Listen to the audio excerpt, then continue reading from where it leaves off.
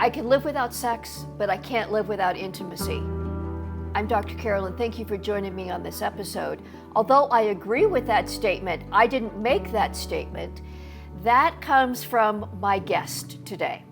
Reverend Dr. Erin F. Moniz has a wonderful message of a theology of intimacy and how that works out, especially for young people. Now, that statement is the way she begins her book, but she didn't even say that. That came from someone who was articulating her, in this case, a young woman, her journey in processing the needs of the heart, intimate relationships, and what all that means for those who follow Jesus. Erin Moniz's book, Knowing and Being Known, Hope for All Our Intimate Relationships, does exactly that. It looks at a theology of intimacy and applies that to intimate relationships in a way that I think is amazingly refreshing and somewhat challenging. I so appreciated this conversation. I think you will too. We get into some theology, but we get very, very real and practical too. What does this look like for those who are married and also for those who are not married and in the body of Christ? Certainly culture, but we know that most of those of you who are listening or watching are followers of Jesus, and so we take that framework. But this gets to some real deep matters of the heart of the way we are made as human beings. Reverend Dr. Erin F. Moniz has done some work and will articulate it for us in this conversation. Enjoy this. Well, Reverend Dr. Erin Moniz, I am so thrilled to meet what I already feel like is a friend, a new friend between you and I, but there's just already so much heart connection. I just thank you for talking about what you talk about, writing about what you write about, and then being here today. Thank you. Thank you for having me. This is really an honor to be having this conversation with you. You go right to the heart in your writing and in the work that you do, right to the heart of what I think is a core piece in our culture, in human hearts, and frankly, in the church.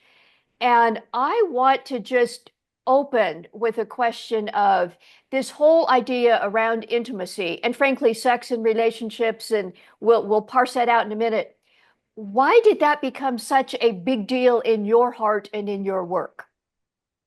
Yes. I'm a college chaplain, but I've been in student ministry for over 20 years. My husband, who's a marriage and family counselor, also has a background in student ministry. And of course, in the pastoral sessions, you spend about 80% of your time talking about students wrestling through their intimate relationships. And so it's something that we've been thinking about for such a long time.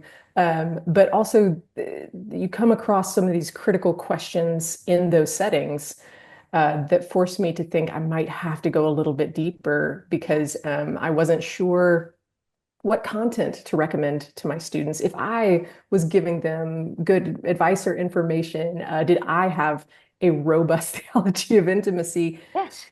It lent itself towards a deeper dive. And so when I was getting my doctorate, I got the opportunity to really research this well, and it changed my ministry. It changed my life. And so I still continue in the research, but that's sort of the bedrock of how I got here. Yeah.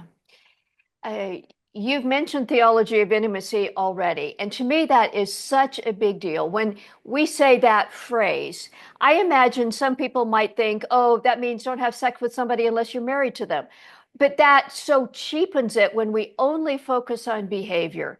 And I think, sadly, there's a significant amount of the Western evangelical church that has talked about behaviors exclusively.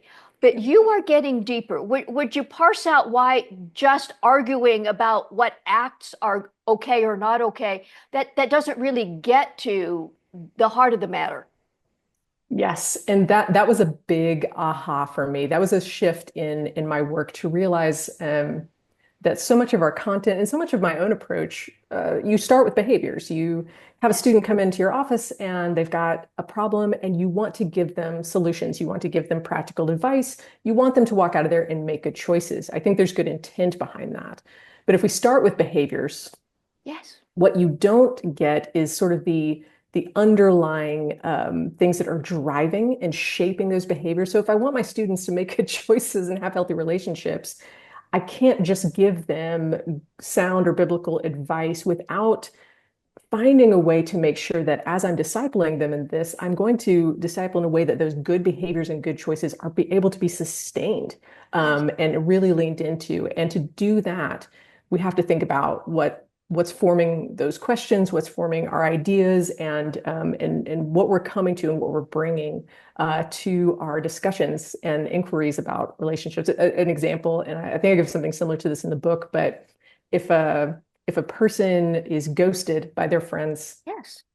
and what they don't do is they don't Google advice on how to have better friendships, best practices for friends. They sit there and they think, what's wrong with me? Yes. What does this say about me? I mean, it immediately goes down to thinking about our identity and our value and our worth. Yes.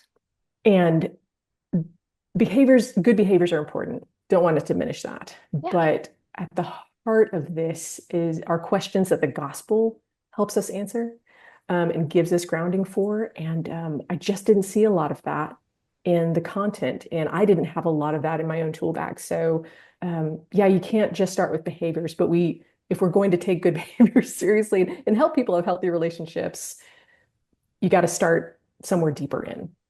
Yes. Some people, when they hear intimacy, might think sex. In fact, that's often, especially in the Christian church, a euphemism for sex. I want to be intimate with my spouse. Would you parse out what you see intimacy as and how that may be in God's economy related to sex, but it's not the same?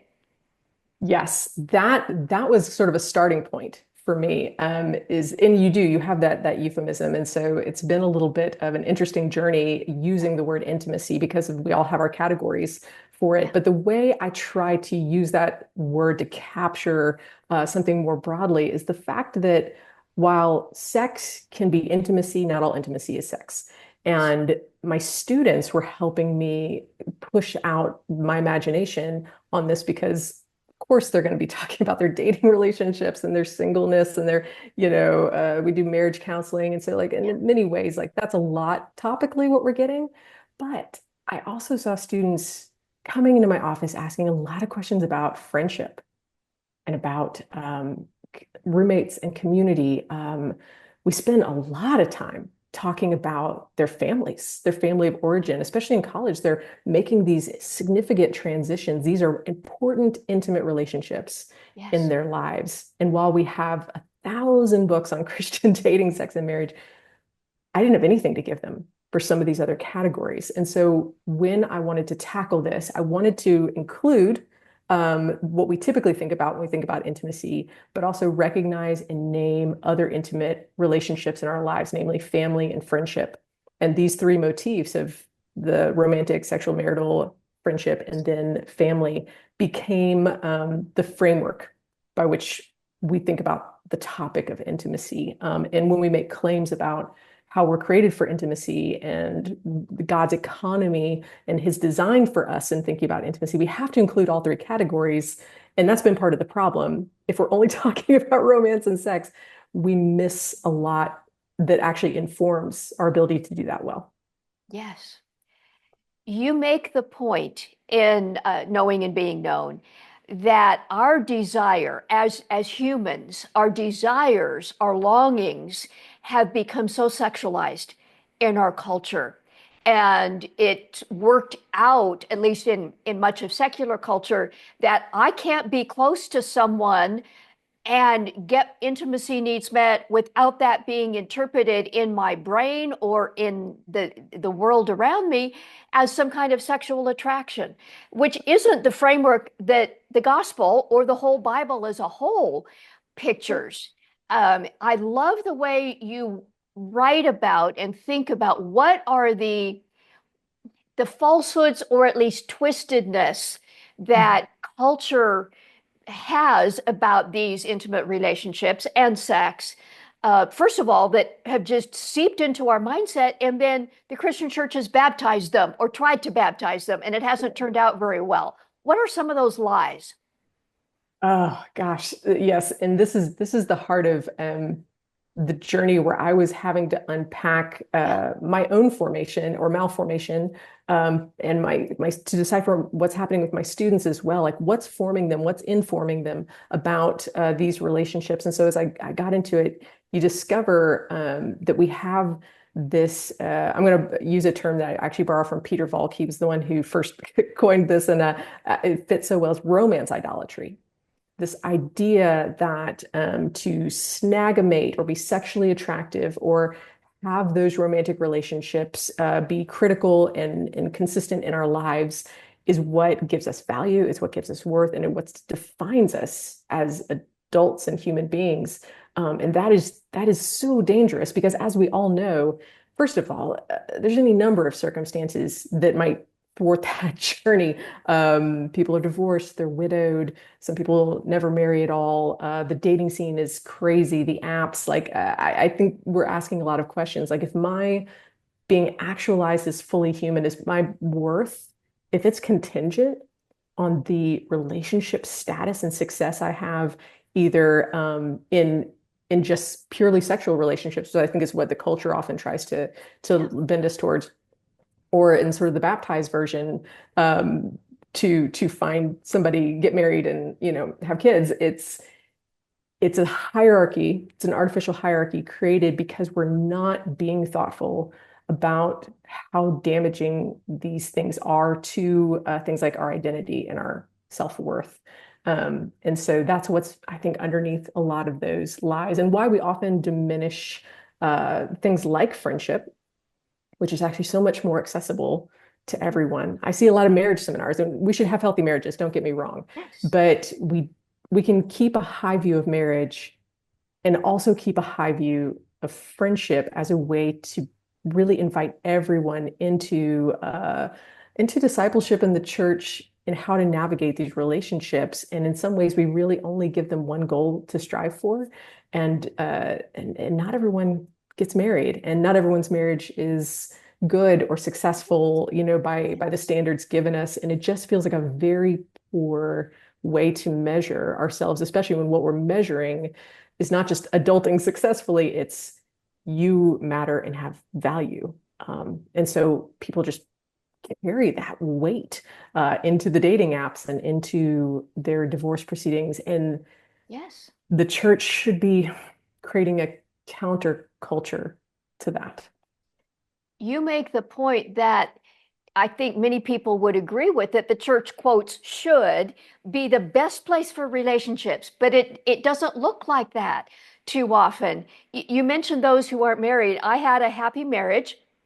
My husband passed away about 9 years ago, and just the my experience in the Christian church seemed to go through a bit of a change at that point. And I'm, a decade or two older than you, so a different season of life, but it doesn't get better for those of us who are not married and older.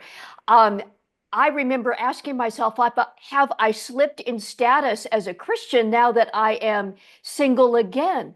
I have had, I can think of one in particular, a Christian leader said, I pray for the day you walk into church on a man's arm. Really? Okay. If God, Oh no. but that was his biggest wish for me. I'm sorry, that is not my biggest wish. And in the reverse for young people, I have a 30-something young woman who I have been doing some mentoring with, and she is not married. She badly wants to be and is deeply struggling with God over her singleness and what that means for her status in the church. This is a big deal when we fall into romance idolatry. Absolutely. Yeah. And that's a little bit about why, like, because I had to ask myself, Dr. Carroll, do we need another Christian book about relationships?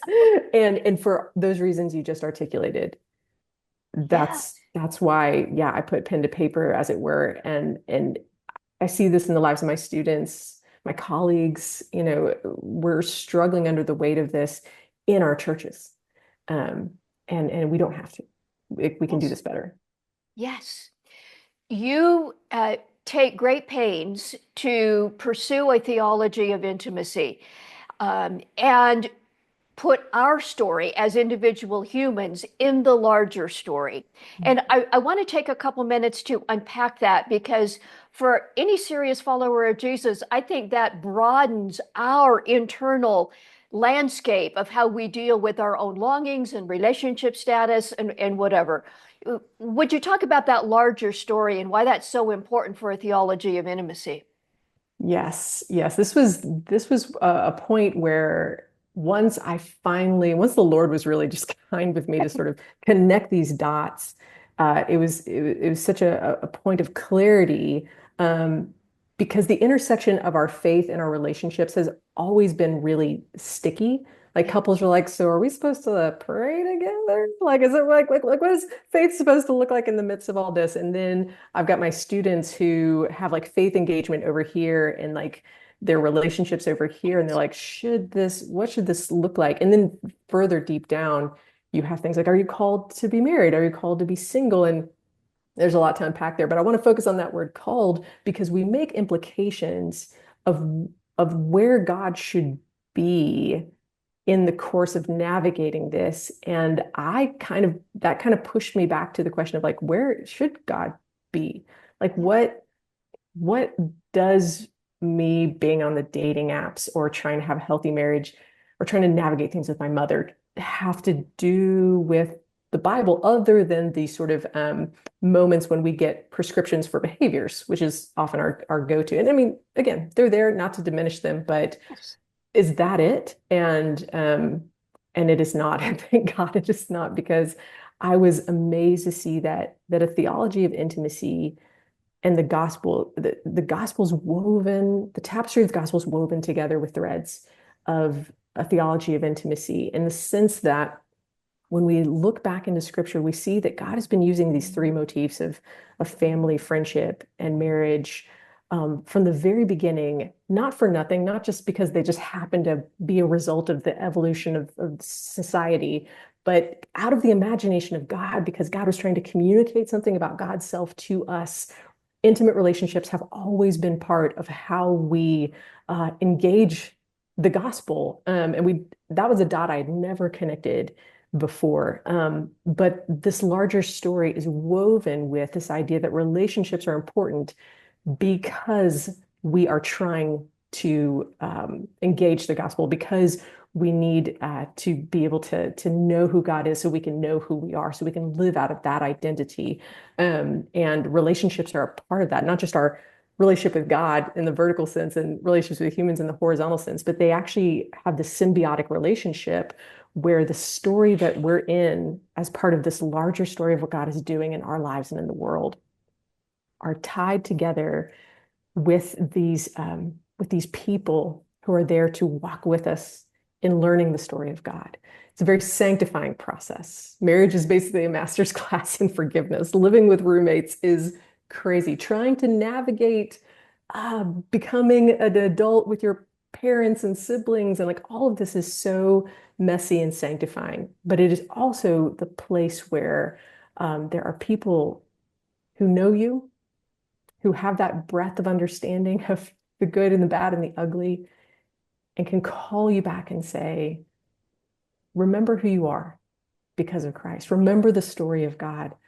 There's so many opportunities, and we see this in scripture just unfolding as this is sort of the way that God is gifting us relationships to say, this is where you're going to find me. This is where you're going to find truth. This is where you're going to come back and anchor in the things that tell you what you're worth and who you are and orient your life. So I try to unpack that with a little more extension in the book, but essentially that's what created sort of a heaviness to this for me, is because when I'm discipling my students about their relationships, I'm not just trying to help them do this well. I hope they do it well, but I'm stewarding the ways in which they will have the gospel Yeah. continually in their life. in being a part of remembering the things that God has given us to remember so that we can live. Yes. I really appreciate how you point out that in your writing that it's not just me and Jesus, although me and Jesus need to be good, that deserves deep investment, but how God does God's work in me, how I experience wholeness and transformation, and how I become like Jesus is through others in his body. This isn't just me over here trying to, get okay and do it right. And then, okay, I relate to you. But in relating to you is the very way in which I become. And that's just part of how humans were created, frankly, in the image of God. God is relational and we are relational, and we can't become without that. Yes. Yes. And we all kind of know that, right? Like there's this whole like God created us for relationship, and there's so that's in the water of our Christianity. Sure. But I just felt like we never really took that and dug deeper into the implications of what that means. Especially when we're preparing a marriage seminar, doing something like that, where I never hear that tied in as much as I'd like. Yeah. I reflect that Jesus, when he was incarnate here on earth as a human being, uh, needed intimacy, truly needed it. And yet he was never married, he never had sex, but he had Peter, James, and John. Messy, hard, deeply wounded in relationship, and yet he pursued it, he sought it, he needed it. How do we think we can get by with anything less? Absolutely. And if there's anything that I hope people can get out of this book, even if it's just like a small thing, I'm hoping to reinstate friendship as an intimate relationship again, because I don't believe it needs my permission, but it's been devalued so much in our culture. And of course we sort of co-signed this in the church, but everybody is made for intimacy. Yes. But we have to dislodge that from the necessity of sex. Again, not to diminish, not to trade one diminishing for another Right. hierarchy, so much as this human life requires intimacy, and so we can't limit it to sex, and we need to have a greater imagination for what does that mean, and how does Scripture show us the way? And we start and end with Jesus, right? Because that's that embodied example. Yes. How this relates to sex, I appreciate you mentioning that specifically in this point in our conversation. The most viewed articles on our website are when my spouse doesn't want to have sex with me. The most viewed videos on our YouTube channel are when my spouse doesn't want to have sex with me. And just as frequently is an unmarried person who says, I don't know what to do. I have all this sexual stuff in me and I want to follow Jesus, but I don't know what to do. These are big struggles when everything is pointed to sex. And I know you have almost certainly wrestled with that with your students. How do you talk to people where their sex life isn't what they might desire because, well, they don't have a spouse right now and they're trying to follow Jesus, or maybe their marriage doesn't offer that in the way that they might wish in this season? Um, that ends up being a common struggle that I often hear with people. Oh, yes. And truly it points to what's at the heart of so much of that inner tension. And gosh, yeah, there's so much to be said here. I'm going to try to just boil it down because um, celibacy, sex essentialism, thinking about sex as a human right. These are massive conversations. These are immense topics. Now we're seeing a shift. This I had actually had to cut this part out of a book, but I love it. It's a great example. There was a dating app, I think it was Bumble, that a few years back put up a bunch of billboards that said, "Well, you're not going to be celibate, so you might as well, use our app essentially." And they got so much pushback from the public and ended up issuing an apology and taking down the ads. And what was interesting to me too, in addition to that, was why people push back, because they were like, well, what about asexual people? Hey, that's sending a signal on the dating apps that men should expect sex from us women when they take us on dates, and we might not be ready for that. So there was these moments. Now nobody was like, oh, vocational celibacy is an option for a flourishing life. We weren't quite there yet. Culturally, we didn't quite get to that point. But it's it's an interesting moment for me to observe, because like, oh, this cracks open a new conversation. Because at the end of the day, we can't ignore the fact that we have sexual desires and sexual attraction, and that we are beings made with this sexual part of who we are and how we live in the world. But we also shouldn't deny that there are definitely people, Jesus and Paul notwithstanding, that have lived lives Yes. without sex and marriage, Yes. and had full flourishing lives. And so how do we deal with that? Well, we've reduced the idea of singleness to some sort of waiting season. Again, Yes. signaling to the fact that when you finally do get to be married to have sex, then your life begins.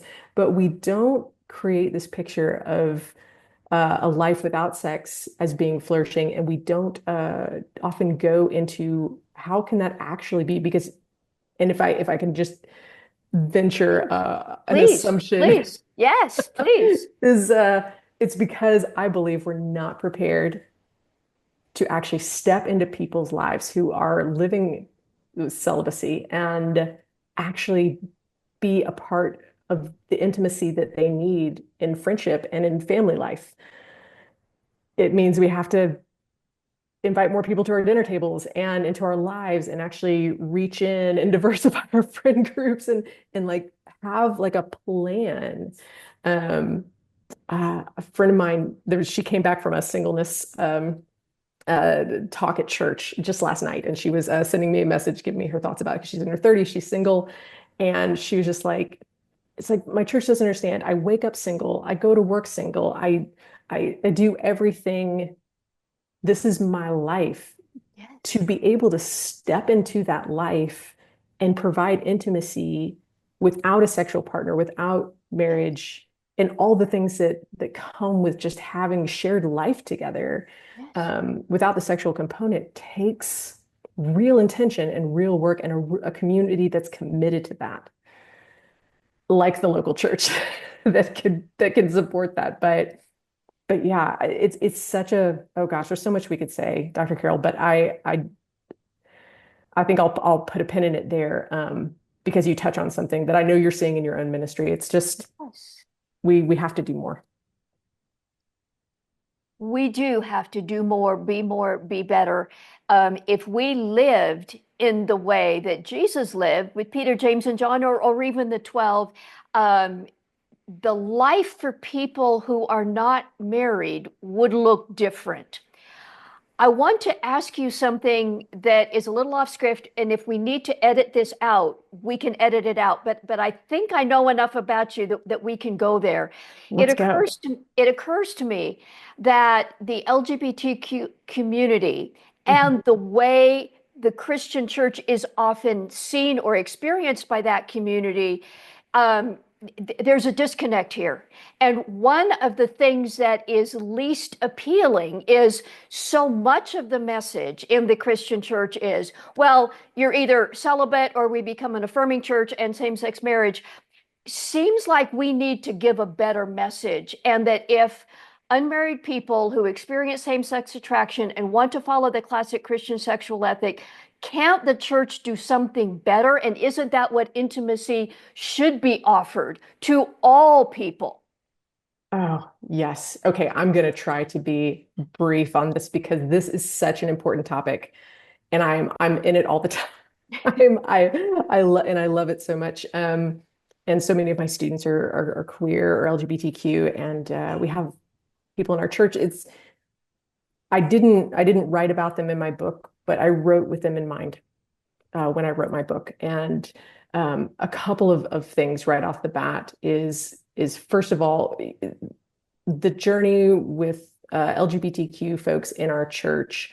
The way we think about this and think about it has to be inclusive of our divorced single and widowed friends, in the same way we're trying to flatten that Yes. marriage, the romance idolatry, that is also, there's some idolatry of the nuclear family too, if we're just going to toss that out there. But like we have to be able to flatten this in our church in order to create spaces. And when we do that, we will create supportive spaces, for people who are just like, I need people, I need a family, I need intimacy.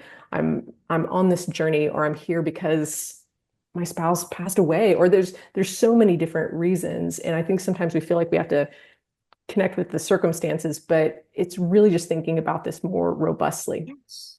But for any church who is wrestling with this, and I don't envy, it's a hard time for clergy as we're all trying to think about the best way to be pastoral, Yes. about these subjects. First, I would say, there's a tendency to not talk about LGBTQ people or topics in our churches. And that instinct often comes from a place where they're trying to provide hospitality. But what I have learned from my queer friends is that when they go to churches that don't talk about this, don't address it, don't have anything teaching wise about where they're coming from in their denomination or their church, that it's not hospitality. In fact, it is more often for the sake of what queer people believe to be basically catering to straight people. Queer folks are like, we need you to talk about this. I need to be seen. I need to be known. I don't want to cause disruption by just coming in here. Let this be things that we talk about. So there's an instinct to kind of sit quietly and like the don't ask, don't tell in many churches. And I want to just appeal to any clergy out there. It's not doing what you think it is. It's a benign hospitality that is really neither benign or hospitable. So be brave and have the conversations, because people have their reasons for being in church. And I used to think that LGBTQ would only go to affirming churches. And I have learned that is not true. Anytime I try to put like boxes on people or categories, they always burst out. Yes. Yes. And people have their reasons for going to different churches. And there are people who might be affirming, but go to a non-affirming church. And we just have to get some of these things out of our head and actually talk to people and engage with them and ask what it is that compels them to be a part of the church and what their experiences are, and show some curiosity to learn about their needs. And for clergy who are trying to do this well, um, we need to lead out in creating the infrastructures that make it possible for someone to consider a lifetime of celibacy. Yes. We can't just toss that out like a grenade. It can't just be one of those, the Yes. Bible says it, I believe it, and that settles it. Like, I don't know, that comes out of my own background, I think there. Yes. But Me too. Yeah, I resonate with that. Yep. not from Georgia, hence the accent. Not yeah, don't want to caricature my people. But it's going to take more intentionality for us to call people into a community that surrounds folks and gives them a viable, flourishing life, because we're all committed to seeing them and recognizing that they need intimacy, and that there are ways we can do that without involving sex, and attraction. But the last thing I would say, also so important, is that we have to give room for people to be on a journey.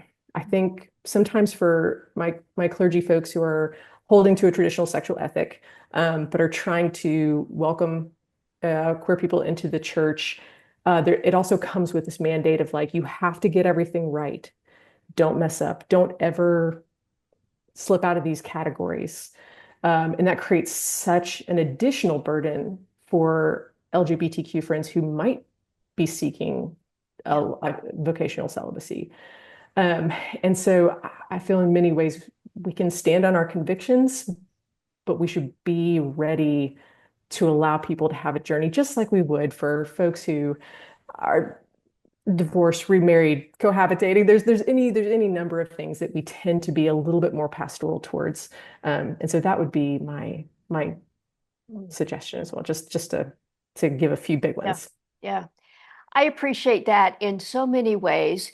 And you coming from Georgia and I coming from the conservative background that I did, we've made hierarchies of sins. We've even made hierarchies of quotes sexual sins, and I put that in air quotes. You mentioned, okay, cohabiting with somebody you're not married to, or what about porn addiction, or what about having an affair? Not to say behaviors don't matter, but if we can get to the matters of the heart, as Jesus did, Jesus cared about behaviors that we've alluded to, but he cared, if anything, more about matters of the heart, because out of the heart, all this other stuff comes. And we can't see ourselves as junior Holy Spirit. We need to walk alongside people who are wrestling with these hard things. Yes. Yes, absolutely. And I feel very deeply for my LGBTQ friends. For some reason, the Lord has brought them in abundance into my pastoral life and into my personal life, and I'm grateful for that, because I'm just this, cis het married white girl, who just is just here, being a college chaplain. But they've taught me so much, and I feel such a deep need to be better pastorally, um, even even though we may not agree on Yes. on Yeah. things. And I have found that that gamble has paid off, because you can still make people feel welcomed and safe and loved, and welcome them where they are as they are, and be on journey with them. Yeah. So I appreciate your appeal to pastors, Christian leaders. That resonates deeply with me, of things that leaders need to wrestle with. I do want to close with a couple minutes to somebody who may be hearing this and saying, I'm lonely and I don't see any end to my loneliness. What you say sounds good, and I wish I could find it. I wish there was a church or a person or something that could fill up that place in me, but I'm not feeling it. I'm not finding it. Can you talk for a couple of minutes to a person who is experiencing that deep ache? yes, we we're created for intimacy, and we need intimate relationships, multiple ones if possible. But given that there are circumstances that are well beyond our control, Sure. things that we can't necessarily always account for or construct on our own efforts, um, to be able to work with what is within our agency is a really good starting point. And I want to be intentional about that, but also careful about that. A lot of times when we talk about single friends, and this was another thing that my single friend articulated as she was coming back from that church event last night, is the onus is often put on people to fix their situation, and, oh, just be more involved or do more of this. And it really takes a community effort. And in that is the frustration that you articulated. It's just like, that all sounds nice, but like, where am I going to find that? I would like to hope that the local church, I believe the local church has the best kind of mechanisms to actually do this and do it well. Institutionally, it's probably one of the only things I can actually name that has that opportunity. But we're still struggling. We're still struggling because we don't have a robust theology of intimacy. We haven't been thinking critically about these things. So for the person who is saying, I'm just not finding that, and when I have those students, I usually try to start with, well, are we praying about it? Are we praying not necessarily for that romantic life partner? Like, pray about that. That's fine. That's great. But are you also praying, like, Lord, where are the people in my life Yes. who I might have been overlooking, or I might have been looking through, or maybe my own formation or malformation has given me internal hierarchies where I'm not seeing the potential for these relationships to go deeper. I often find that we have these connections to people that we often take for granted because we don't see them moving, that there's nothing that moves towards a romantic relationship. But also, are we asking God to bring us friends?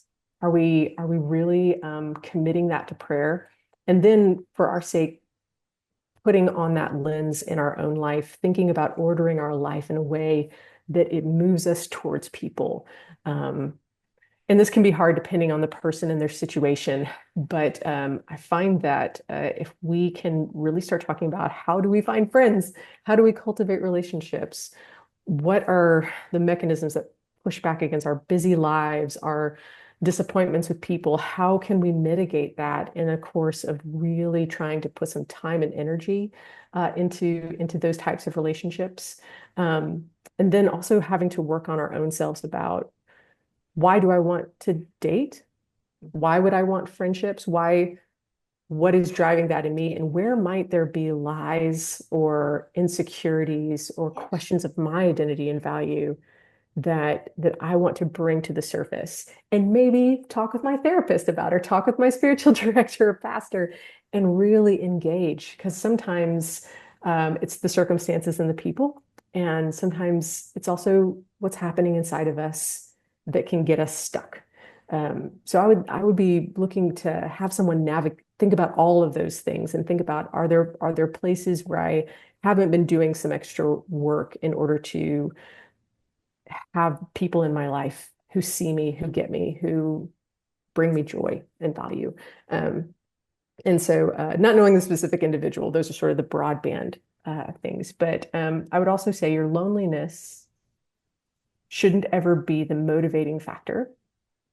I think we have to be attentive to our loneliness. Yes. I think loneliness that is connected to isolation is incredibly dangerous Mhm. and needs to be remedied quickly.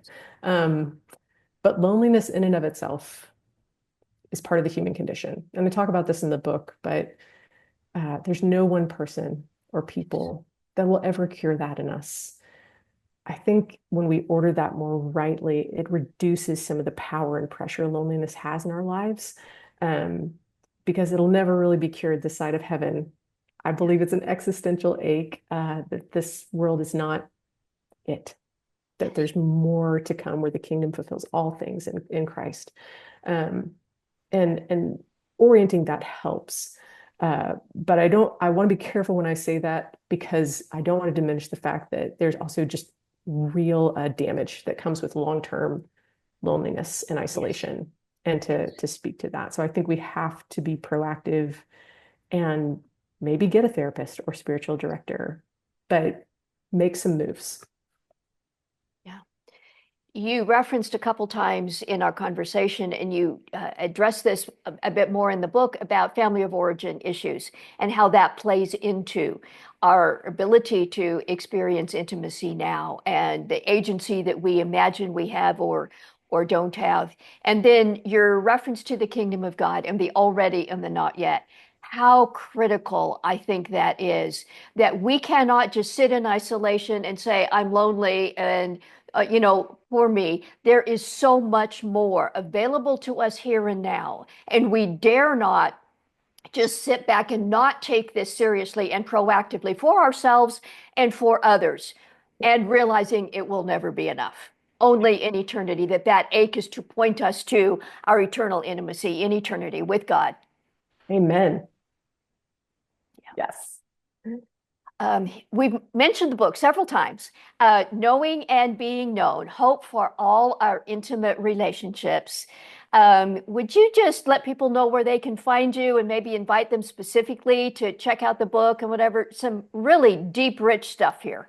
Oh, thank you. Thank you so much. Yes, it is currently, as we're recording this, available for pre-order, but it will be launching on May 6th of this year, 2025. And right now it's available on Amazon, or even at InterVarsity Press. Their website has it available for pre-order. You can go down to your local bookstore and also pre-order the book, and go to your local library and request that they carry it. All things that I would recommend. My website is erinfmoniz.com. And all of my handles on social media are the same, Erin F. Moniz. And I love meeting new people and engaging with them. I'm in Waco, Texas. That's where I am as a college chaplain. But I love this part of my life where I get to reach out to folks and get connected and hear their stories. So there's multiple ways through those avenues to connect, and I would invite that, because knowing and being known, that's what we Yes. hope for. But yeah, please pre-order the book, read the book, and send me your thoughts, because I want to hear them. And I'm excited. I'm excited for this journey. Well, we're going to have all the links, all the things. I pray that since I'm just down in Austin, Europe, in Waco, we're just a little bit down the I-35 from each other. We got to meet one of these days. Absolutely, absolutely. I would love that. Yes.